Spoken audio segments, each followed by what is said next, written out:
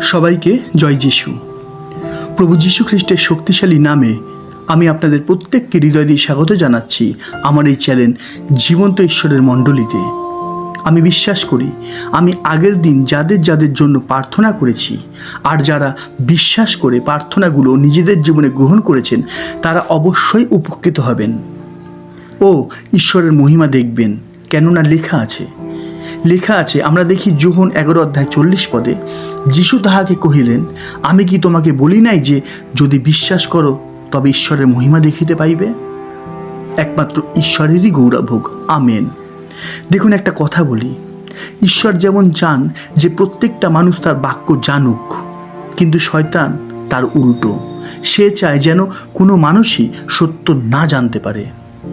তাহলে আমার প্রশ্ন তাদেরকে যারা প্রতিদিন ঈশ্বরের জীবন্ত বাক্য শুনছেন, বলুন তো আপনাদের জীবন কার ইচ্ছায় চলছে? অবশ্যই ঈশ্বরের।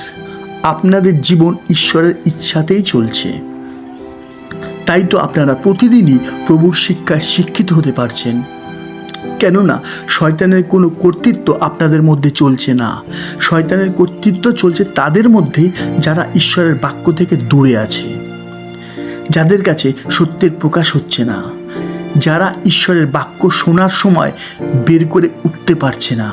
অর্থাৎ এক কথায় আমি বলতে চাই, আপনারা যারা প্রতিদিন আমার এই চ্যানেলে এসে জীবন্ত শিক্ষা শুনছেন, আপনারা জেনে রাখুন ঈশ্বরের প্রচুর দয়া ও করুণা আপনাদের মধ্যে আছে। আর তাই তো এটা সম্ভব হয়েছে যে আপনারা প্রতিনিয়ত ঈশ্বরের বাক্যের শিক্ষায় শিক্ষিত হচ্ছেন ও ঈশ্বরের ধন্যবাদ ও গৌরব করতে পারছেন। বিশ্বাস না হলে দেখুন, লেখা আছে ইফিসীয় 2:8-9, কেননা অনুগ্রহেই বিশ্বাস দ্বারা তোমরা পরিত্রাণ পাইয়াছ, এবং ইহা তোমাদের হইতে হয় নাই, ঈশ্বরের দান, ঈশ্বরেরই দান, তাহা কর্মের ফল নয়, যেন কেউ শ্লাঘা না করে। বোঝা যাচ্ছে তো যে যারা যারা ঈশ্বরের জীবন্ত বাক্যের মধ্যে থাকতে পারে তাদের মধ্যে ঈশ্বরের দয়া কতটা। তাই তো আমি ঈশ্বরকে ধন্যবাদ দিই সেই অল্প কটা মানুষের জন্য যারা প্রতিদিন ঈশ্বরের জীবন্ত বাক্যের শিক্ষায় শিক্ষিত হচ্ছেন ও প্রতিনিয়ত ঈশ্বরের ধন্যবাদ ও গৌরব করছেন। হালেলুয়া। তাই তো আমি প্রত্যেককে বলি যে যত বেশি করে সম্ভব ঈশ্বরের এই জীবনবাণী আপনাদের ফোনের মাধ্যমে পৌঁছে দিন নতুন নতুন মানুষের কাছে, যাতে করে চারিদিকেই সত্যের প্রকাশ হয় ও জীবন্ত ঈশ্বরের গৌরব হয়। একমাত্র ঈশ্বরেরই গৌরব হোক, আমেন। আসুন আমরা প্রার্থনা করে আজকের অনুষ্ঠান শুরু করি। প্রভু, তোমায় ধন্যবাদ দিই তোমার এই জীবন্ত মণ্ডলীর জন্য, কেননা আমি বিশ্বাস করি তুমি দ্রাক্ষালতা, আমরা শাখা, তুমি আমাদের মেষপালক আর আমরা তোমার মেষপাল। এই মণ্ডলীর মস্তক স্বয়ং তুমি, এই মণ্ডলীর পালক একমাত্র তুমি। তাই প্রার্থনা করি সদা সর্বদা এই মণ্ডলীকে তুমি পরিচালনা করো। তোমার ইচ্ছা, শুধুমাত্র তোমার ইচ্ছাই তোমার এই মণ্ডলীর মধ্যে সিদ্ধ হোক। এই প্রার্থনা আমি খ্রিস্ট যিশুর নামে চাইলাম, আমেন। আজকের বিষয় প্রভু যিশুর পরিবার। আমি আবারও বলছি, আজকের বিষয় প্রভু যিশুর পরিবার। আসুন আমরা চলে যাই ঈশ্বরের জীবন্ত বাক্যের গভীরে। প্রথমে আমরা একটা বাক্য দেখি। আমরা দেখি যিশাইয় 55:1, অহো তৃষিত লোকসহল, তোমরা জলের কাছে আইসো, যাহা রৌপ নাই আইসুক। তোমরা আইসো, খাদ্য ক্রয় করো, ভোজন করো, হ্যাঁ আইসো। বিনা রৌপে খাদ্য, বিনা মূল্যে দ্রাক্ষারস দুগ্ধ ক্রয় করো। এখানে একটা বাক্যের প্রতি মনোযোগ দিন। ঈশ্বর ডাকছেন, হ্যাঁ ঈশ্বর ডাকছেন, কিন্তু কাদের? যাদের মধ্যে সেই খিদে, অর্থাৎ কিছু জানার, কিছু শেখার ইচ্ছা আছে। লেখা আছে যার রৌপ নাই আইসোক, অর্থাৎ এই পথে কোনো টাকা পয়সার দরকার হয় না। আমি আবারও বলছি, এই পথে কোনো টাকা পয়সার দরকার হয় না। যেমন আমি সব সময় আমার এই চ্যানেলে বলে থাকি যে এখানে কোনো টাকা পয়সার খেলা নেই, তাই না? কিন্তু আজ কি হচ্ছে? প্রার্থনার তেল, প্রার্থনার জল বিক্রি হচ্ছে। মাথায় হাত রেখে প্রার্থনা করতে পয়সা লাগছে, তাই না? একটু বুঝুন কি হচ্ছে চারিদিকে। কিন্তু ঈশ্বরের বাক্য কি বলছে? লেখা আছে বিনামূল্যে ভোজন করো, অর্থাৎ ঈশ্বরের বাক্য মানে জীবন খাদ্য পেতে গেলে কোনো পয়সা লাগে না, যেমন আপনারা প্রতিদিন পাচ্ছেন বিনামূল্যে, তাই না?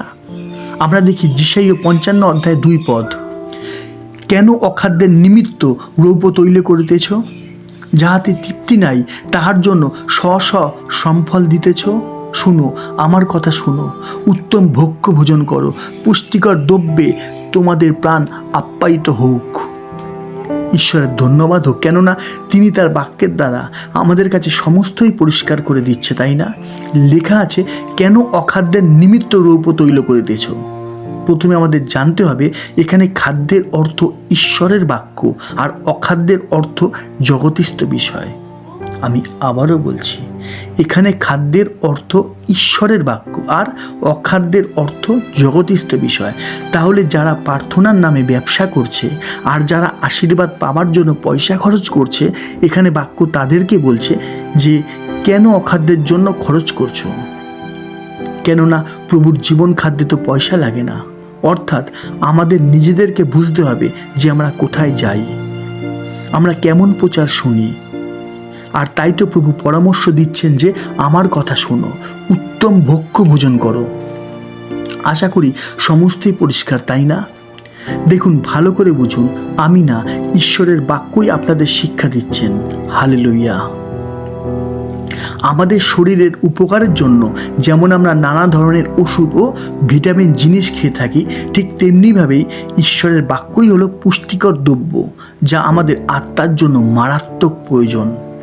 আমি আবারও বলছি, ঈশ্বরের বাক্যই হলো পুষ্টিকর দ্রব্য, যা আমাদের আত্মার জন্য মারাত্মক প্রয়োজন। দেখুন, এই বিষয়টা প্রভু যিশু কিন্তু বলেছেন। আমরা দেখি যোহন 7:37 শেষ দিন, পর্বের প্রধান দিন, যিশু দাঁড়াইয়া উচ্চস্বরে কহিলেন, কেউ যদি তৃষ্ণার্ত হয় তবে আমার কাছে আসিয়া পান করুক। এখানেও সেই এক কথা যে যদি কেউ তৃষ্ণার্ত হয়, অর্থাৎ যার প্রভুকে পাওয়ার ইচ্ছা আছে, যার মধ্যে সেই খিদে আছে, একমাত্র সেই এই পথে আসুক। দেখুন, পুরাতন নিয়ম হোক অথবা নতুন নিয়ম হোক, ঈশ্বর সদা সর্বদাই ডাকছেন তার পরিবারের সদস্য হওয়ার জন্য। যা আমার আজকের বিষয়, প্রভু যিশুর পরিবার। ভালো করে বুঝবেন, এই সমস্ত কিছুই কিন্তু হচ্ছে শুধুমাত্র ঈশ্বরেরই শক্তিতে, ঈশ্বরেরই ইচ্ছাতে। আমরা দেখি যোহন 6:44 পিতা যিনি আমাকে পাঠাইয়াছেন, তিনি আকর্ষণ না করিলে কেউ আমার কাছে আসিতে পারে না, আর আমি তাহাকে শেষ দিনে উঠাইব। হালেলুইয়া। অর্থাৎ একমাত্র ঈশ্বরের ইচ্ছাতেই আমরা প্রভু যিশুর পরিবারের সদস্য হতে পেরেছি। আর প্রভুর পরিবারের লোকেরাই পাবে অনন্ত জীবন, কেননা লেখা আছে যে আর আমি তাহাকে শেষ দিনে উঠাইব। কি কেমন লাগছে? যদি ভালো লাগে ঈশ্বরকে একটা ধন্যবাদ দিন। হালেলুইয়া। তাই আমরা যারা যারা মনে করি যে আমরা ঈশ্বরের পরিবারের লোক, তাহলে প্রথমে আমাদের মাথায় রাখতে হবে যে আমাদের পরিবারে এক পিতা আছে। তাই আমাদের তাকে ভয় ও সম্মান এই দুই করতে হবে। ঠিক যেভাবে আমরা ছোটবেলায় ঘরে আমাদের বাবা মাকে ভয় ও সম্মান করতাম। আশা করি এতদূর পরিষ্কার, তাই না? দেখুন, শুধুমাত্র মুখে হালেলুয়া আর আমেন বললেই যে ঈশ্বরের সন্তান ও প্রভুর পরিবারের লোক হওয়া যায় এমন নয়, কিন্তু ঈশ্বরের ইচ্ছায় জীবনযাপন করতে হয়। তবেই একটা মানুষ ঈশ্বরের সন্তান ও প্রভুর পরিবারের লোক হতে পারে।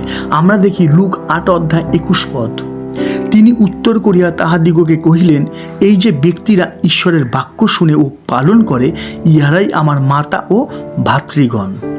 কি লেখা আছে? বিষয়টার উপর একটু মনোযোগ দিন। লেখা আছে যারা ঈশ্বরের বাক্য শুনে পালন করে তারাই প্রভুর পরিবার, তাই না? কিন্তু আজ কি হচ্ছে? ঈশ্বরের বাক্য শুনছে তো সবাই, কিন্তু পালন করছে কজন? পালন করছে কতজন, তাই না? দেখুন, সব বিষয়টা হেসে উড়িয়ে দিলে চলবে না, কেননা আমি ঈশ্বরের বাক্য দিই, আর ঈশ্বরের বাক্য কিন্তু ছেলে খেলার বিষয় নয়। তাহলে এখনো পর্যন্ত আমরা জানতে পারলাম যে মণ্ডলীতে গেলেই ঈশ্বরের সন্তান হওয়া যায় না, রোজ বাইবেল পড়লেই প্রভুর পরিবারের লোক হওয়া যায় না, কিন্তু ঈশ্বরের বাক্য শুনে পালন করার জন্যই একটা মানুষ ঈশ্বরের পরিবারের লোক হতে পারবে। আমি আবারও বলছি, ঈশ্বরের বাক্য শুনে পালন করার জন্যই একটা মানুষ ঈশ্বরের পরিবারের লোক হতে পারবে। কিন্তু আমরা কি মানি যে আমরা প্রভুর পরিবারের লোক? যদি মানি যে আমরা ঈশ্বরের সন্তান, আমরা প্রভুর পরিবারে রয়েছি, প্রভু আমাদের ঘরে আছে, তাহলে আমরা মিথ্যে বলি কি করে? মন্দ কাজ করি কিভাবে? তার মানে দুটো। এক, আমাদের ঘরে যে প্রভু আছেন আমরা তা বিশ্বাস করি না। দুই, আমরা ঈশ্বরকে ভয় পাই না, তাই না? কিন্তু ঈশ্বরের ধন্যবাদ হোক, কেননা এখনও তার বাক্যের দ্বারা তিনি আমাদের প্রত্যেককে চেতনা দিচ্ছেন, নিজের পরিবারে আহ্বান করছেন, কেননা তিনি ক্ষমার ও প্রেমের ঈশ্বর, কেননা তিনি বিশ্বপিতা। হালেলুয়া। তাই আমি প্রত্যেককে বলতে চাই, এই সুন্দর সুযোগ হারাবেন না, কেননা এখনও আমাদের শ্বাসবায়ু চলছে, অর্থাৎ এখনও আমাদের হাতে সময় আছে। আর তাই তো লেখা আছে ইফিসীয় 5:16-17 পদে, সুযোগ কিনিয়া লও, কেননা এই কাল মন্দ। এই কারণ নির্বোধ হইও না, কিন্তু প্রভুর ইচ্ছা কি তাহা বুঝো। এখানে দুটো বিষয় গ্রাহ্য করুন। এক, এই সুযোগ নিয়ে নাও। দুই, প্রভুর ইচ্ছা কি বোঝার চেষ্টা করো। আশা করি আজকের বিষয় প্রভু যিশুর পরিবার আমাদের প্রত্যেকের কাছেই পরিষ্কার, তাই না? তাই আমার প্রশ্ন, আপনি কোন চার্চে যান আমার জেনে লাভ নেই, আপনি কার প্রচার শোনেন আমার জেনে লাভ নেই, কিন্তু আপনি কি প্রভু যিশুর পরিবারের সদস্য? এই আমার প্রশ্ন। একটু ভাবুন আর নিজেই নিজেকে উত্তর দিন, কেননা প্রভু যিশু একদিন এসে তার পরিবারের সদস্যদেরই কিন্তু নিয়ে চলে যাবেন সেই স্বর্গরাজ্যে, যেখানে অনন্ত জীবন আছে। হালেলুয়া। আমি প্রার্থনা করি ঈশ্বরের বাক্যের নিগূঢ় তত্ত্ব বোঝার ক্ষমতা ঈশ্বর প্রত্যেক বিশ্বাসী ভাই ও বোনেদের দান করুন। এই প্রার্থনা আমি জীবিত ঈশ্বর প্রভু যীশু খ্রিস্টের নামে চাইলাম। আমেন। আজ এতটাই। আবার দেখা হবে ঈশ্বরের জীবন্ত বাক্যের নতুন কোনো শিক্ষা নিয়ে। ততক্ষণ সবাইকে জয় যিশু, জয় যিশু, জয় যিশু।